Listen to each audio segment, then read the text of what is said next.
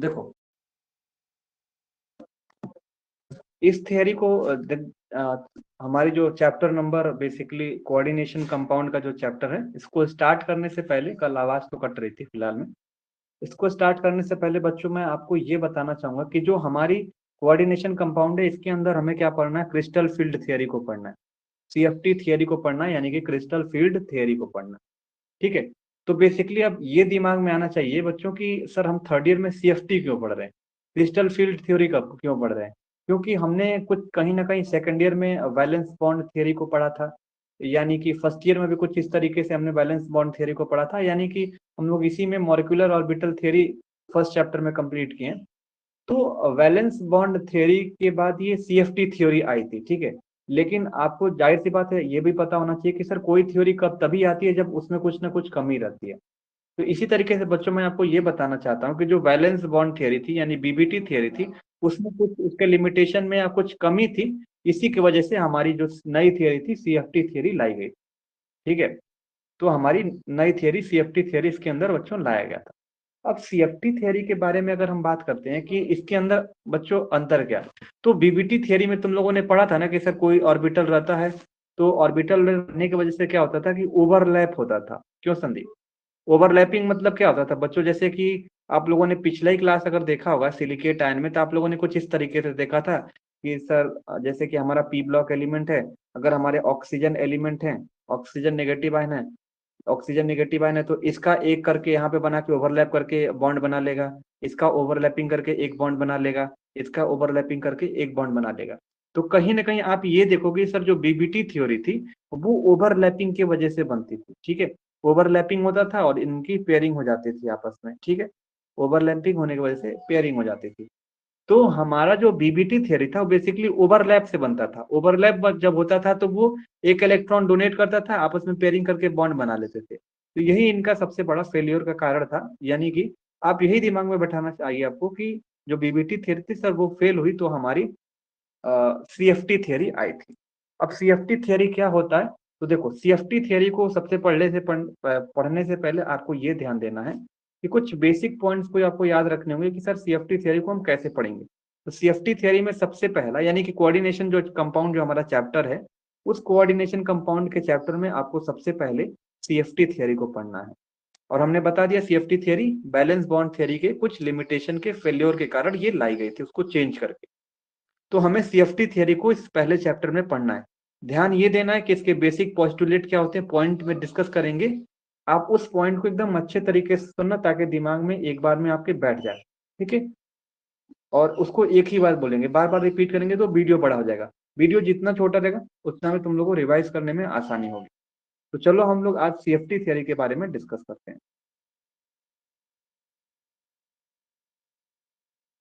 अभी तक तो आवाज पीडीएफ सब कुछ क्लियर है, कोई दिक्कत तो नहीं है?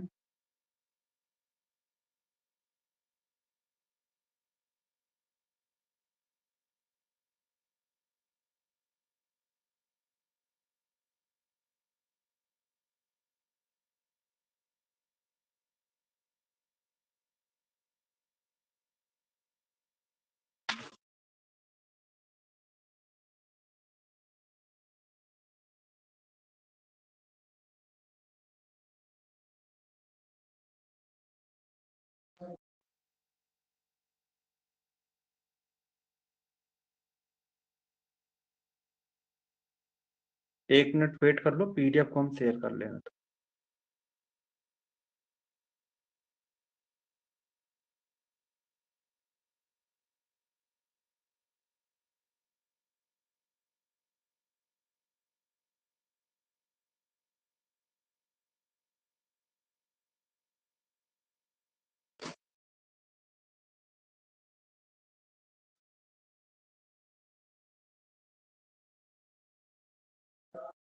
सबसे पहले हम लोग क्या करेंगे बच्चों, एक एक पॉइंट को आराम से हम लोग डिस्कस करेंगे। सबसे मतलब कि एक एक चीज को आप लोगों को क्या करना है, एक बार में ध्यान से सुनना, क्योंकि वीडियो ज्यादा बड़ा नहीं बनाएंगे इसका, ताकि तुम लोग इस थियरी को, ये सबसे इंपॉर्टेंट थियरी भी है इस चैप्टर का और ये बेस भी है, तो आप ध्यान से इसको अच्छे तरीके से रिकॉल कर।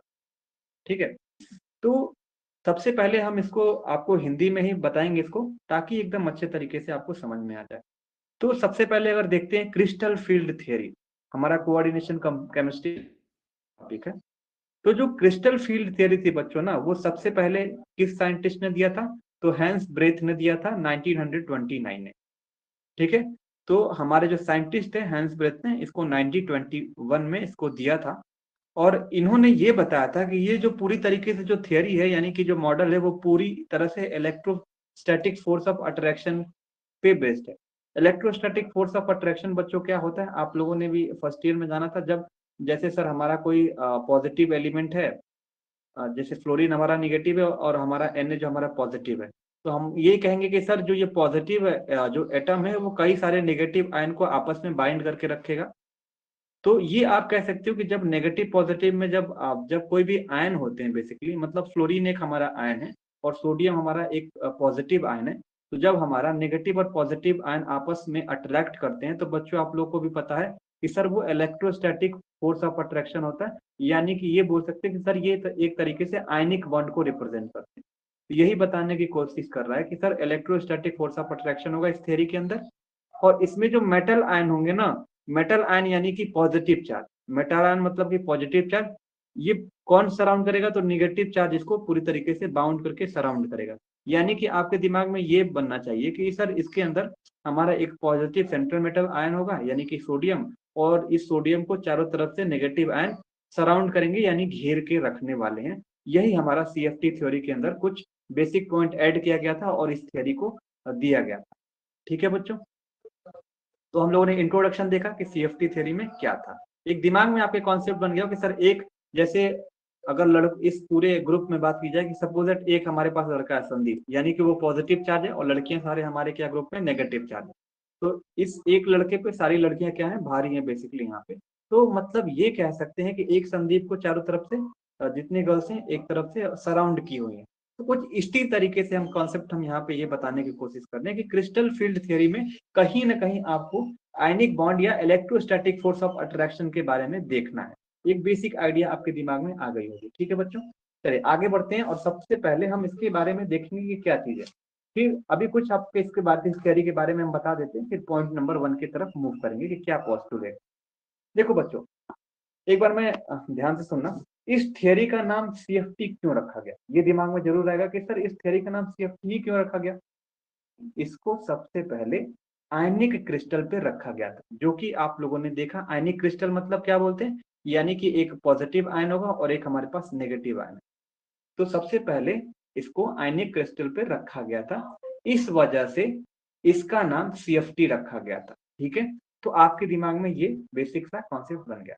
अब हम अगर थोड़ा सा पहले जाएं, हम आपको बताएं कि सर इसके जो पहले थ्योरी थी वो बीबीटी थ्योरी थी। तो अब बीबीटी में अगर हम देखें तो क्या पढ़े थे कि जो उसके अंदर कॉम्प्लेक्स कंपाउंड, यानी कि जो वहां पे जो कोऑर्डिनेशन कंपाउंड था बच्चों, जो उसमें बॉन्ड बनता है तो वो ओवरलैपिंग के वजह से बनता था। हमने अभी पहले बताया कि ओवरलैपिंग के वजह से बनता था।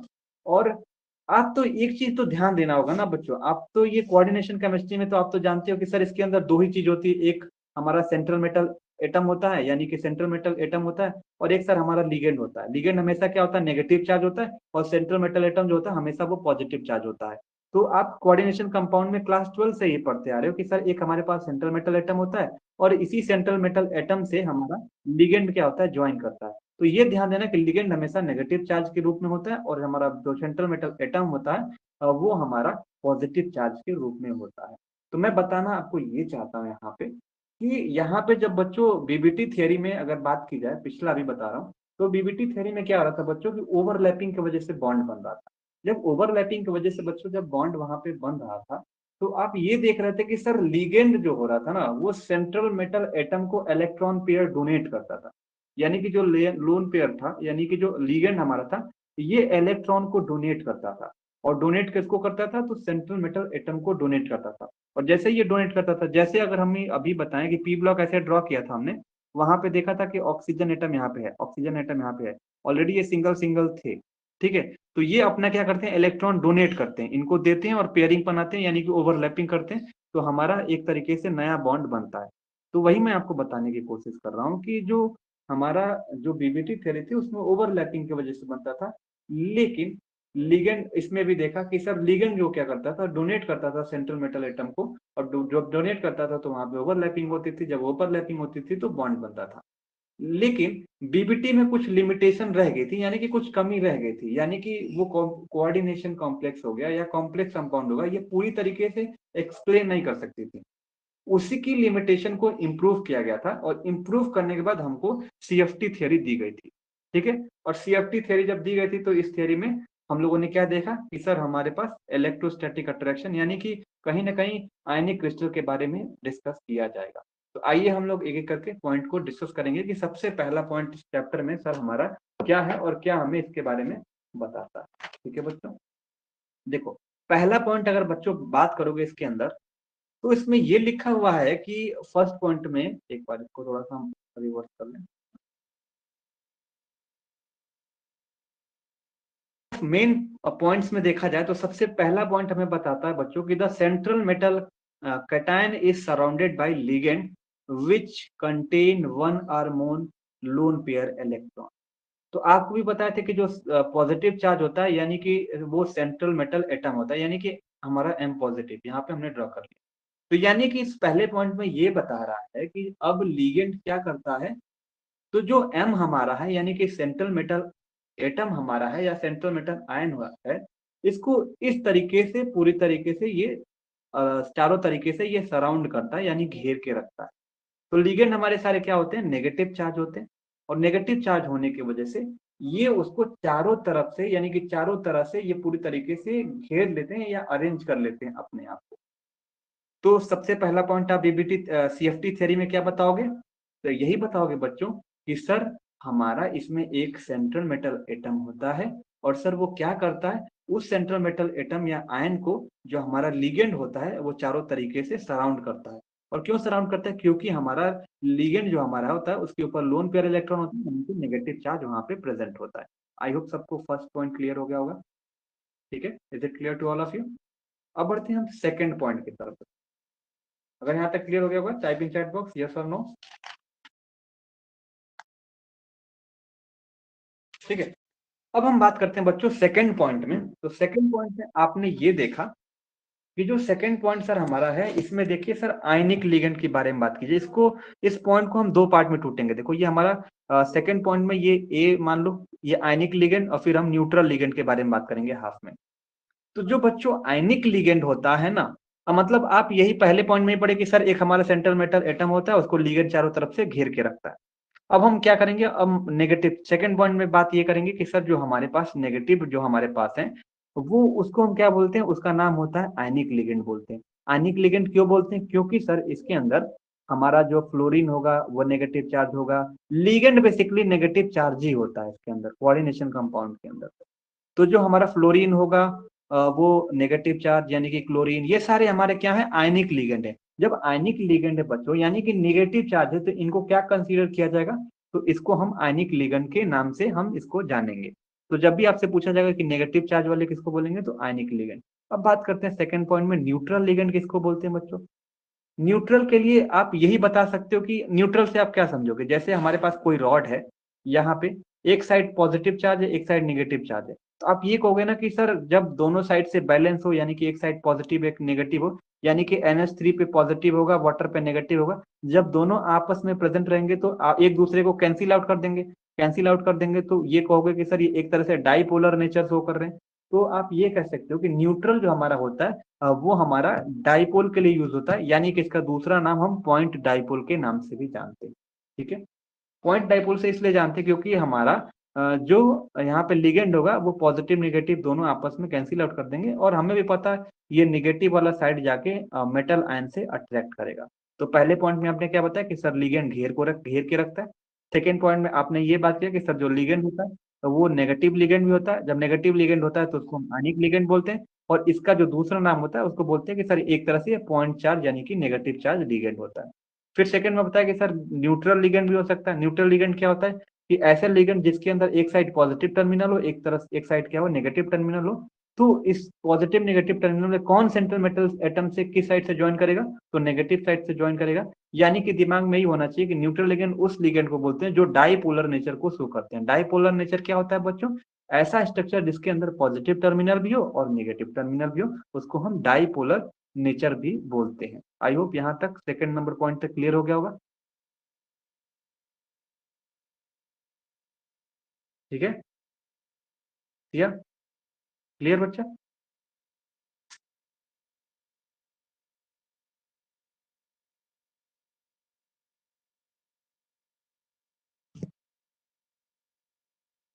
एक मिनट, पीपीटी को फिर से शेयर करते हैं।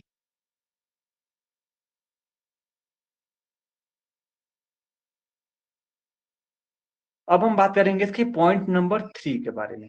ठीक है, और एक एक करके इसी तरीके से हम लोग एक एक चीज को डिस्कस करते हुए चलेंगे। पीपीटी क्यों नहीं शेयर हो रही है, इसमें क्या दिक्कत आ रही।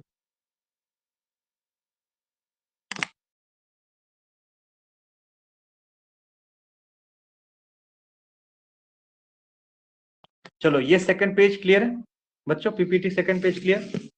Type in chat box yes और नो।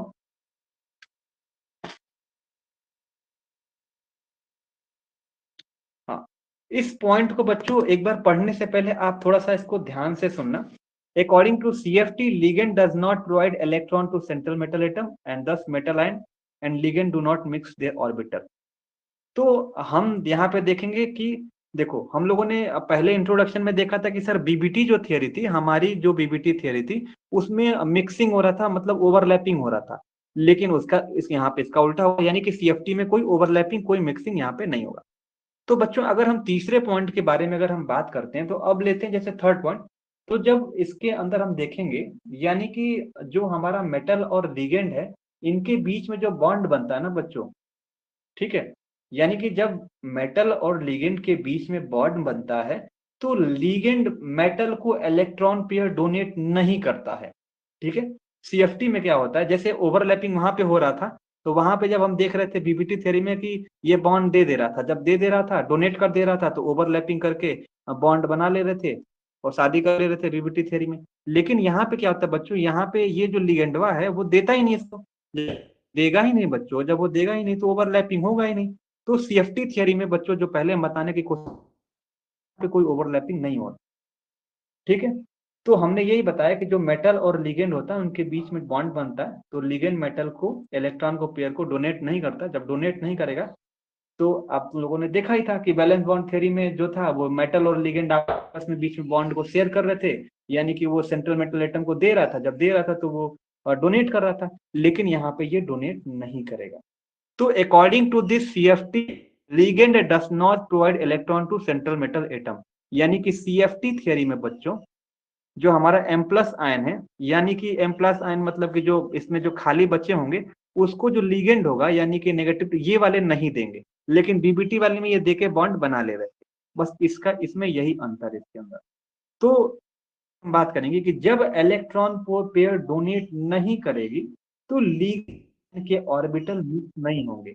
जब लिगेंड आयन मिक्स नहीं होंगे, यानी कि इलेक्ट्रॉन की जब शेयरिंग नहीं करेंगे, तो ओवरलैपिंग इसमें नहीं होगी। जब ओवरलैपिंग नहीं होगी, तो इसका कहने का मतलब ये है बच्चों कि CFT ओवरलैप को कंसीडर नहीं करती है।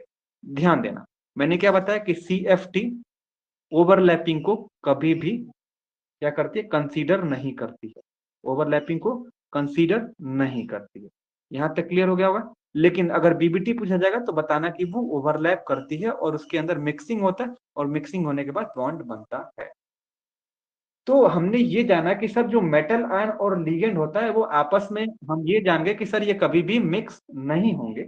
जब मिक्स नहीं होंगे बच्चों ऑर्बिटल के, तो जो अब इसके ऑर्बिटल जब मिक्स नहीं होंगे बच्चों, तो मीनिंग क्या होगा इसका कि इसमें इलेक्ट्रॉन की शेयरिंग भी नहीं होगी। जब शेयरिंग भी नहीं तो कोई ओवरलैपिंग भी नहीं होगी। जब कोई ओवरलैपिंग नहीं होगी तो आप यही बता सकते हो कि सर ऐसा जिसमें CFT में ओवरलैपिंग और ये सारी चीजें नहीं होती।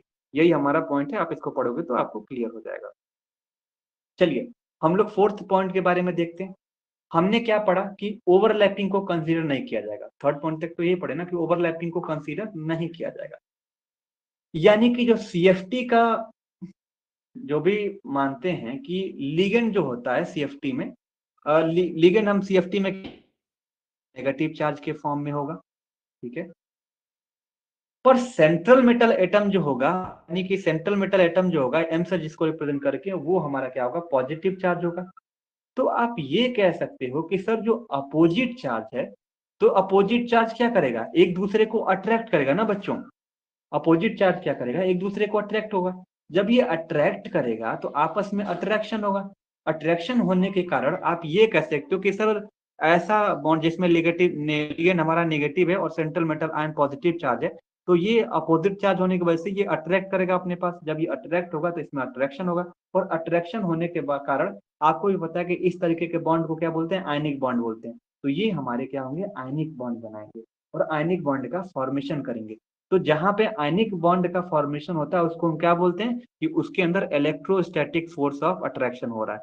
क्या हो रहा है, इलेक्ट्रोस्टैटिक फोर्स ऑफ अट्रैक्शन हो रहा है। यानी कि आप ये कह सकते हो कि इलेक्ट्रोस्टैटिक में आता है जब पॉजिटिव और नेगेटिव आयन आपस में अट्रैक्ट होते हैं, तो उसको हम बोलते हैं इलेक्ट्रोस्टैटिक फोर्स ऑफ अट्रैक्शन उनके बीच में हो रहा है, ठीक है। तो हम यहाँ पे देखें, according to CFT, between metal and ligand, ये आपस में कोवलेंट बॉन्ड नहीं बनाते हैं, बल्कि कौन सा बॉन्ड बनाते हैं, आयनिक बॉन्ड बनाते हैं। आयनिक बॉन्ड मतलब कि सर इलेक्ट्रोस्टैटिक बॉन्ड, यानी कि कोलम्बिक अट्रैक्शन। उसमें क्या होता है बच्चों, उसमें होता है कि सर मेटल आयन एक जो पॉजिटिव चार्ज होता है वो नेगेटिव लिगेंड को अट्रैक्ट करता है, और अट्रैक्ट करने के बाद एक आयनिक बॉन्ड का फॉर्मेशन करता है। आई थिंक पॉइंट नंबर 4 सबको क्लियर हो गया होगा। आगे बढ़े।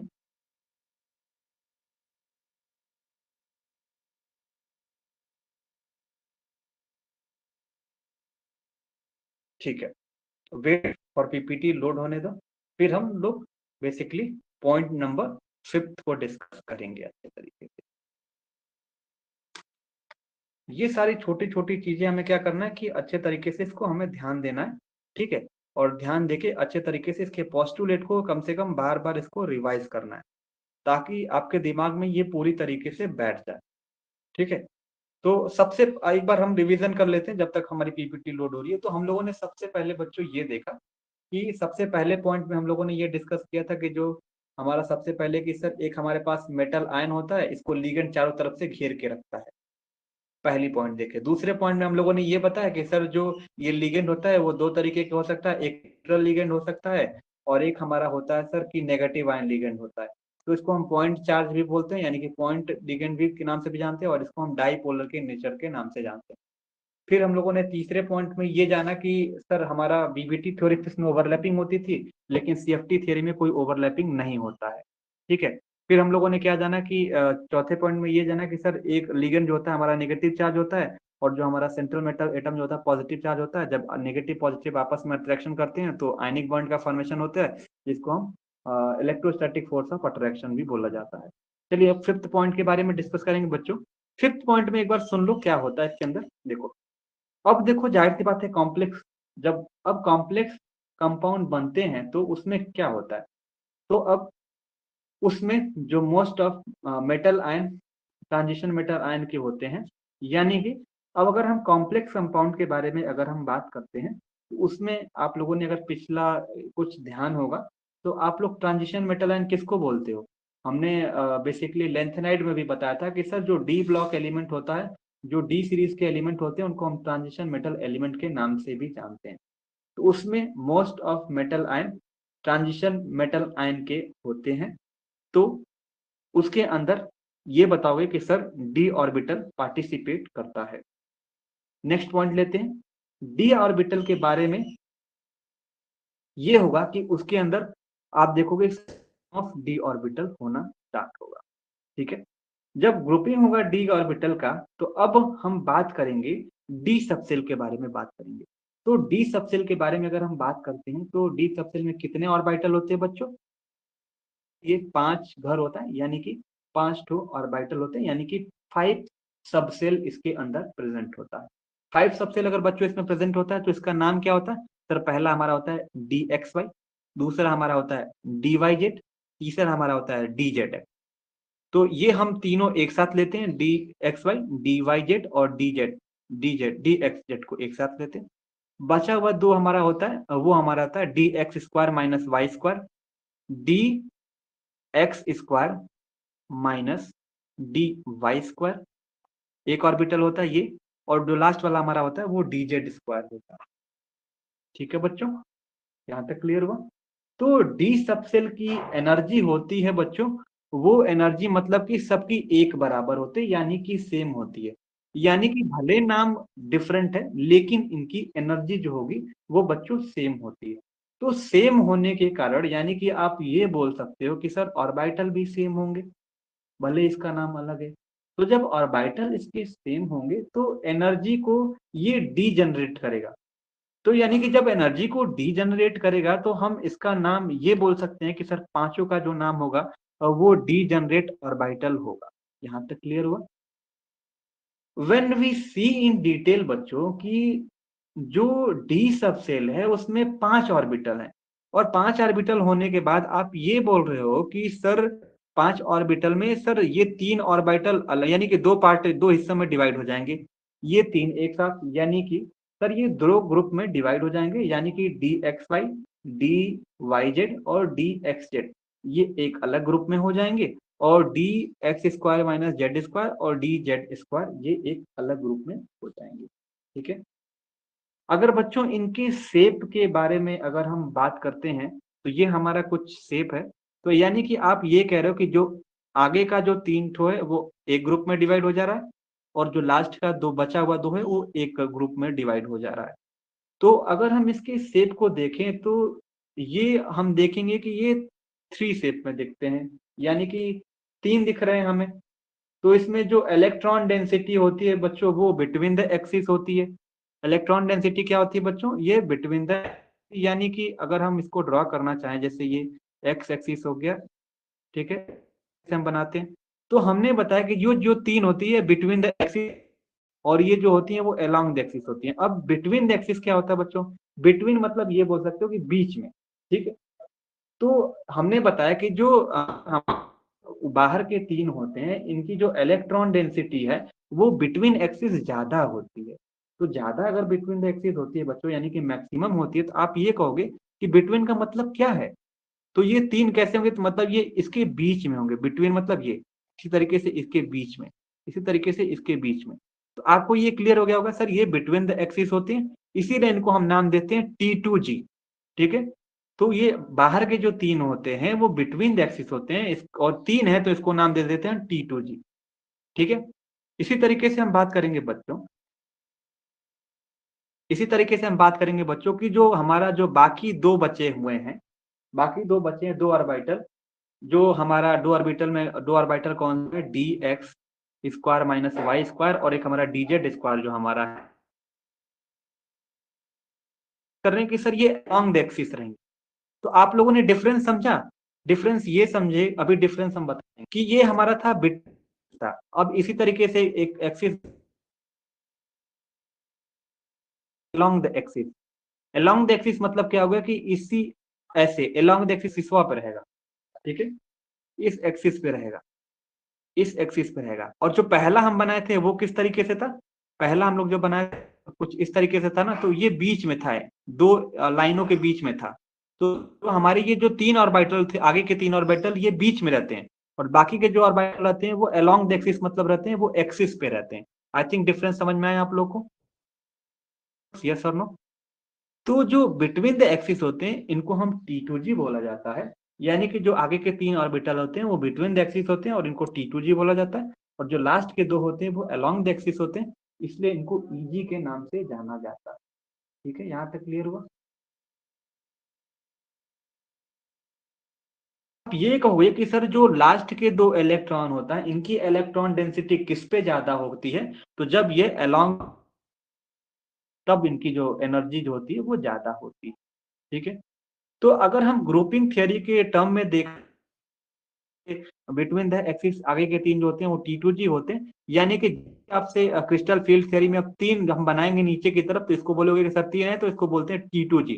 क्यों? क्योंकि ये इसको टी का मतलब क्या होता है? मतलब कि ट्री जनरेट सेट, यानी कि तीन के सेट में होते हैं उनको T2G बोला जाता है। और इसके अंदर बच्चों क्या होता है कि ऑर्बिटल प्रेजेंट होता है, और थ्री ऑर्बिटल प्रेजेंट होने के कारण क्या होता है, इसको हम T2G नाम देते हैं। इसी तरीके से ये जो हमारा होता है दूसरा वाला EG होता है, वो दो ऑर्बिटल होते हैं, ये लास्ट वाले दो, तो दो है तो ये W डबली डिजेनरेट सेट होने की वजह से इसके अंदर 2 ऑर्बिटल है बच्चों। जब ये 2 ऑर्बिटल होते हैं तो इसको हम बोलते हैं हमारा होता है ईजी ऑर्बिटल होता है। और ईजी ऑर्बिटल होता है तो आप देखिए ये एक्सिस पे है, एक्सिस पे है ना, देखो ये एक्सिस पे था, 2 ऑर्बिटल हुआ जो था वो एक्सिस पे था, तो इसलिए हम इसको एक्सियल ऑर्बिटल बोलेंगे। ये एक्सिस पे नहीं, इसको नॉन एक्सियल बोल देंगे। तो आप लोग को अगर बच्चों आप लोगों से पूछेंगे कि बच्चों बताओ कि T2G और EG क्या होता है, तो आप देख के ही पहचान जाओगे कि सर इसमें 3 है, तो यानी कि हम इसको टी क्लब की डबली डिजेनरेट सेट बोला जाता है। और ये जो हमारा 2 है तो 2 को हम बोलते हैं क्या, ईजी। ईजी इसलिए बोला जाता है क्योंकि इसके अंदर डबली डिजेनरेट सेट होता है। तो यहाँ तक आपको क्लियर हो गया होगा, यही हमारा बेसिकली यही पोस्टुलेट था सीएफटी थियरी का। ठीक है, इसी थियरी को यहाँ पे वीडियो को हम समाप्त करते हैं, इसको बार बार आप एक बार देखना और आपको अच्छे तरीके से समझ में आ जाए। ठीक है, तो कल का भी पीपीटी और आज का भी पीपीटी हम शेयर कर लेंगे, जो पीपीटी आपको अच्छी लगेगी कॉपी में आप उसको नोट डाउन कर लेना। ठीक है,